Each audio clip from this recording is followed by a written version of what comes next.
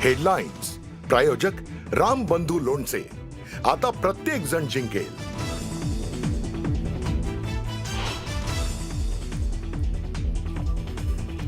महायुतीच्या समन्वय समितीची रंगशारदामध्ये आज महत्त्वाची बैठक. मुंबईतील जागांसंदर्भात पुन्हा होणार महत्त्वाची चर्चा. आज आणि उद्याही बैठकांचा धडाका सुरूच राहणार.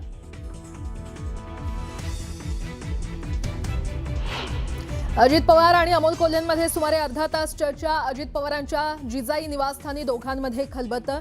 अचानक झालेल्या बैठकीमुळे राजकीय वर्तुळात चर्चांना उधाण.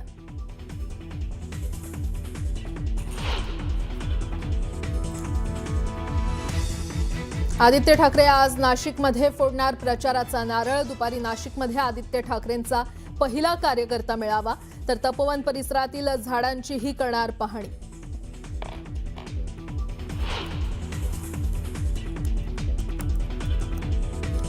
जागा वाटप जाहीर होण्यापूर्वीच ठाण्यात भाजपकडून प्रचाराला सुरुवात. ठाण्यात 16 ठिकाणी भाजपची बॅनरबाजी.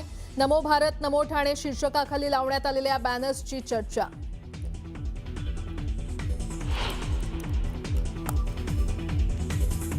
शिवसेना भवनात उद्या महत्त्वाची बैठक. शाखा प्रमुख उद्धव ठाकरे पदाधिकाऱ्यांना करणार मार्गदर्शन. उद्या शिवसेना भवनात सकाळी 11 वाजता बैठक.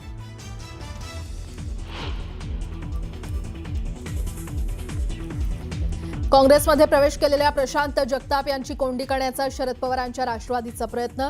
जगताप लढवणार असलेल्या 2 जागांची पवारांच्या राष्ट्रवादीची मागणी. अंतिम निर्णय सुप्रिया सुळे घेणार असल्याची माहिती.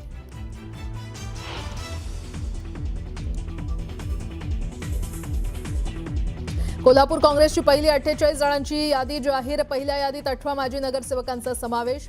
जिल्हाध्यक्ष सतेज पाटलांनी जाहीर केली यादी.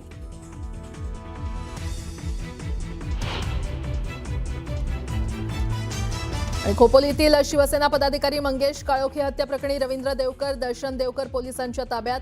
नागोठणे भागात रायगड पोलिसांची कारवाई.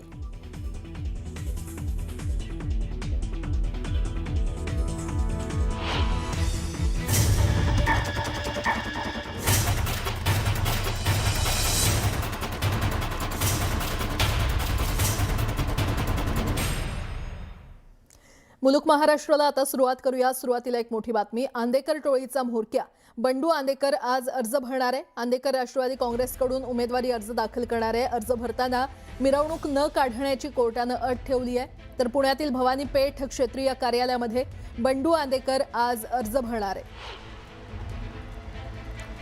मोठी बातमी आपण पाहतोय. आंदेकर टोळीचा म्होरक्या बंडू आंदेकर आज अर्ज भरणार आहे. आंदेकर हा राष्ट्रवादी काँग्रेसकडून उमेदवारी अर्ज दाखल करणार आहे. आणि या संदर्भात अधिक माहिती देत आहेत आमचे प्रतिनिधी वैभव सोनावणे आपल्यासोबत जोडले गेलेले आहेत. वैभव, बंडू आंदेकर आज अर्ज भरणार असल्याचं कळतंय, काय अपडेट? प्राजक्त बंडू आंदेकर यानं न्यायालयाकडे अर्ज केलेला होता. राष्ट्रवादी अजित पवार पक्षाकडून उमेदवारी लढण्यासाठी अर्ज भरण्यासाठी मुभा द्यावी अशी मागणी त्यानं न्यायालयाकडे केलेली होती. आणि निवडणूक लढवणं हा मूलभूत अधिकार असल्या कारणानं न्यायालयानं अटी शर्तींवरती त्याला अर्ज भरायला परवानगी दिलेली आहे, ज्याच्यामध्ये त्याला मिरवणूक काढता येणार नाही, घोषणाबाजी करता येणार नाही आणि गर्दी गोळा करता येणार नाही अशा अटी टाकून त्याला परवानगी दिली आहे. त्या पार्श्वभूमीवरती आंदेकर, त्याच्यासोबत लक्ष्मी उदयकांत आंदेकर आणि वनराज आंदेकरची पत्नी जी आहे, या तिघांचे अर्ज जे आहेत ते आज 11:30 वाजता भरले जातील अशी माहिती मिळते. भवानीपेठ क्षेत्रीय कार्यालयामध्ये 11:30च्या सुमारास न्यायालयाच्या परवानगीनं पोलिसांच्या बंदोबस्तामध्ये बंडू आंदेकर जो आहे तो स्वतः अर्ज भरायला येणार आहे. त्याच्यामुळे या सगळ्या मान्यतेमुळे, न्यायालयाच्या मान्यतेनंतर अजित पवार पक्षाकडून, ज्या पक्षाकडूनच वनराज आंदेकर नगरसेवक होता किंवा त्यांचे कुटुंबीय यापूर्वी नगरसेवक राहिलेले आहेत, त्यांच्याकडूनच ते अर्ज भरणार आहेत. आणि अजित पवारांच्या पक्षानेही त्यांना उमेदवारी द्यायचा निर्णय जो आहे तो घेतलेला आहे. त्याची वाच्यता फारशी कुठे केली जात नाहीये. मात्र त्यावरून होणारी टीका जरी असली तरी जवळपास 3 नगरसेवक निवडून आणण्याची क्षमता या बंडू आंदेकर मध्ये असल्या कारणानं उमेदवारांची नगरसेवकांची संख्या वाढवण्यासाठी राष्ट्रवादी अजित पवार पक्षाकडून त्याला उमेदवारी द्यायचा निर्णय घेण्यात आलेला आहे. बरं प्राजक्ता. वैभव, अपडेट घेत राहू. तुर्तास धन्यवाद या संपूर्ण माहितीसाठी. महायुतीच्या समन्वय समितीची आज रंगशारदा इथे बैठक होणार आहे. मुंबईतील जागांबद्दल पुन्हा एकदा चर्चा होणार आहे. आज आणि उद्या बैठकांचा सिलसिला सुरूच राहणार आहे. मुंबईसह नवी मुंबई, ठाणे, केडीएमसीसह सगळेच अद्याप जागावाटप पूर्ण झालेलं नाहीये. तर आजच्या समन्वय समितीच्या बैठकीत तिढा असणाऱ्या जागांबाबत पुन्हा चर्चा होणार आहे.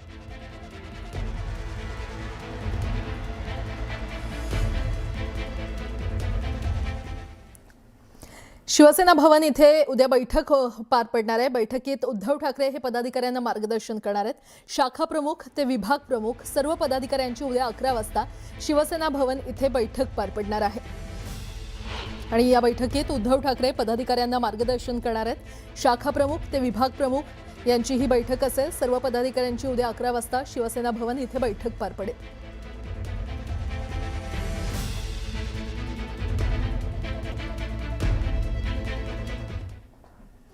अजित पवार आणि खासदार अमोल कोल्हे यांच्यामध्ये बैठक झाली असल्याचं कळतंय. अमोल कोल्हे अजित पवारांच्या जिजाई निवासस्थानातून बाहेर पडले. अजित पवार आणि अमोल कोल्हे यांच्यामध्ये तब्बल जवळपास अर्धा तास चर्चा झाली असल्याची माहिती आहे.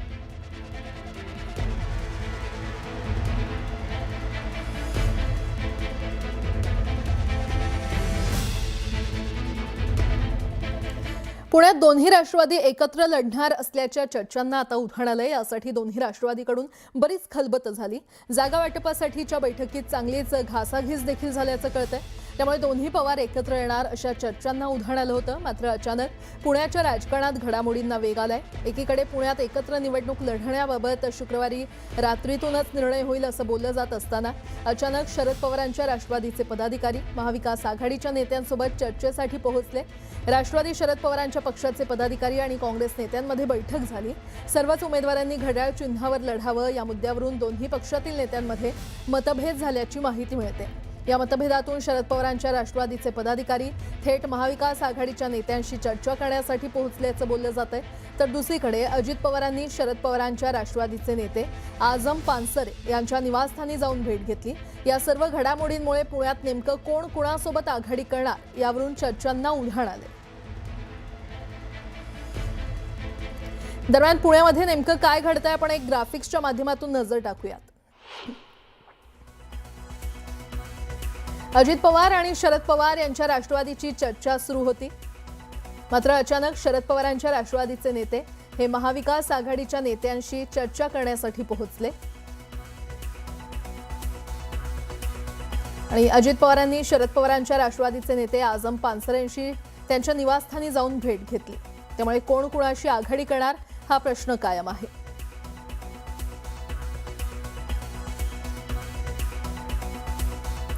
प्रशांत जगताप यांच्या उमेदवारीला कोंडी करण्याचा प्रयत्न होतोय का असा प्रश्न उपस्थित होतोय. कारण जगताप हे लढवणार असलेल्या 2 जागांची एनसीपीचे म्हणजेच शरद पवार पक्षानं मागणी केलेली आहे. अंतिम निर्णय सुप्रिया सुळे घेणार असल्याची माहिती आहे. तर महाविकास आघाडीच्या बैठकीत पवारांच्या एनसीपीनं त्या जागांवर दावा केलेला आहे. काँग्रेसमध्ये प्रवेश केलेल्या प्रशांत जगताप यांच्या उमेदवारीला त्यामुळे अडचण निर्माण होण्याची शक्यता आहे.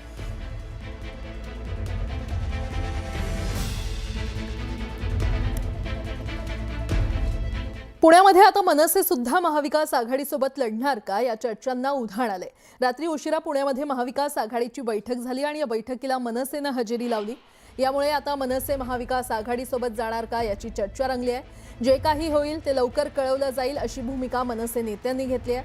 महाविकास आघाडीची बैठक शांताई हॉटेलमध्ये सुरू होती.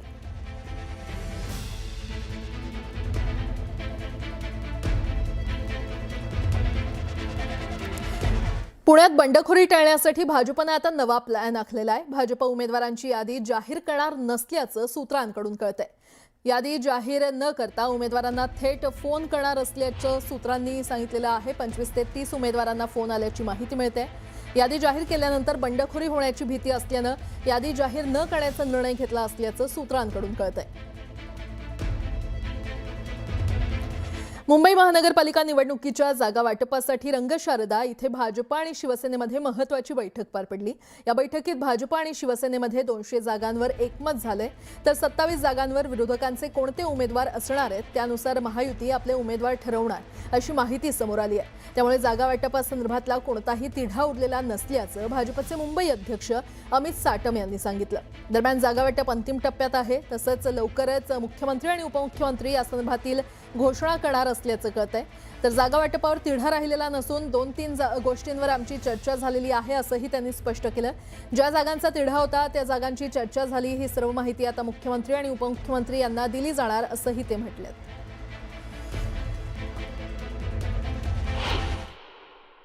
227 जागा या आमच्या ठरलेल्या आहेत. महायुती 227 जागांवरती लढणार आहे. त्यामध्ये 200 जागांवरती आमचं साधारणतः एकमत हे ऑलरेडी झालेलं आहे.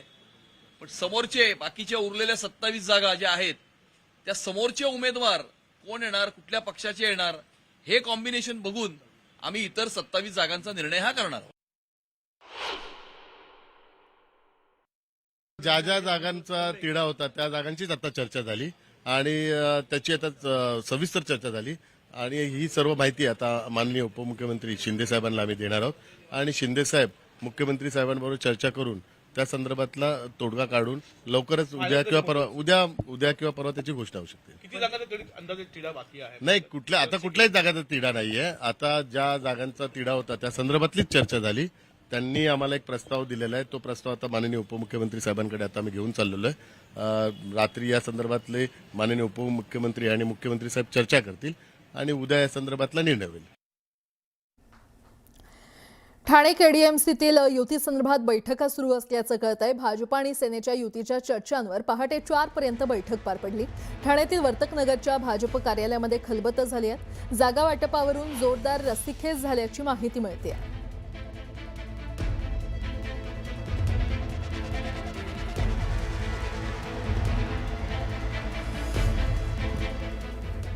ठाणे महानगरपालिका निवडणुकीकरता भाजपनं अखेर प्रचाराला सुरुवात केली आहे आणि संपूर्ण ठाण्यात जवळपास 16 ठिकाणी ठाणे भाजपच्या वतीनं बॅनरबाजी करण्यात आली आहे.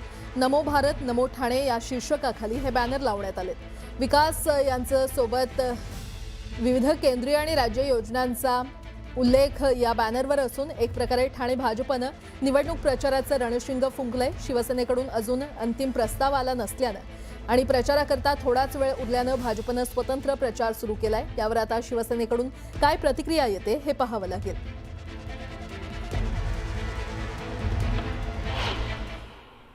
आहे आता प्रचाराला सुरुवात केलेली पाहायला मिळते. ठाणे शहरातील विविध 16 चौकांमध्ये आहे भाजपच्या माध्यमातून नमो भारत नमो ठाणेचे बॅनर लागलेले पाहायला मिळतात. सध्या मी ठाण्यातील तीनाथ नाका परिसरामध्ये आणि आपण या ठिकाणी पाहिलं तर मोठ्या प्रमाणात जे आहे पंतप्रधान नरेंद्र मोदी यांचा हा बॅनर जो आहे तो लक्षवेधी ठरताना पाहायला मिळतो. कुठेतरी महायुतीची अजून जागा वाटपाची चर्चा संपली नाही आणि ठाणे शहरात जे आहे भाजपाने खऱ्या अर्थाने प्रचाराला सुरुवात केलेली आहे. कुठेतरी केंद्रीय योजना असतील किंवा भाजप सरकारच्या काळात केलेली विकास कामं असतील त्याचा जे आहे आढावा दर्शवणारी शहरात 16 ठिकाणी विविध ठिकाणी जे आहे ते बॅनर लावण्यात आलेले पाहायला मिळतात. सध्या आपण पाहिलं तर या ठिकाणी मुख्य असा परिसर पाहिला तो ठाण्यातील तीनाथ नाका परिसर आणि त्या परिसरामध्ये जे आहे खऱ्या अर्थाने आता हे बॅनर लागण्यास सुरुवात झाली. त्यामुळे कुठेतरी भाजप आणि शिवसेनेच्या जागा वाटपांची चर्चा अजून संपली नसली तरी भाजपने आता प्रचाराला सुरुवात केली आहे. त्यामुळे नक्कीच आता आगामी महानगरपालिका काळात जे आहे 15 जानेवारी रोजी निवडणुका होणार आहेत महापालिकेच्या आणि ठाणे शहरात आपण पाहिलं तर ठाणे असेल, मुंबई असेल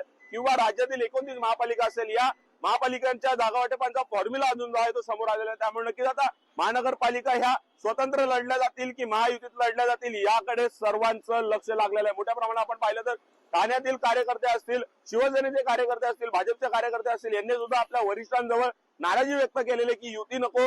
त्यानंतर आता कुठेतरी जे आहे युतीची चर्चा संपली नाही आणि हे शहरात बॅनर सुद्धा लागलेले जे आहेत ते पाहायला मिळतात. त्यामुळे नक्कीच आता आगामी महानगरपालिका निवडणुका काळात युती राहील की स्वबळावर लढाई होईल हे देखील पाहणं तितकंच महत्वाचं ठरणार आहे. ठाण्याहून मी प्रेम मोरे, न्यूज 18 लोकमत ठाणे.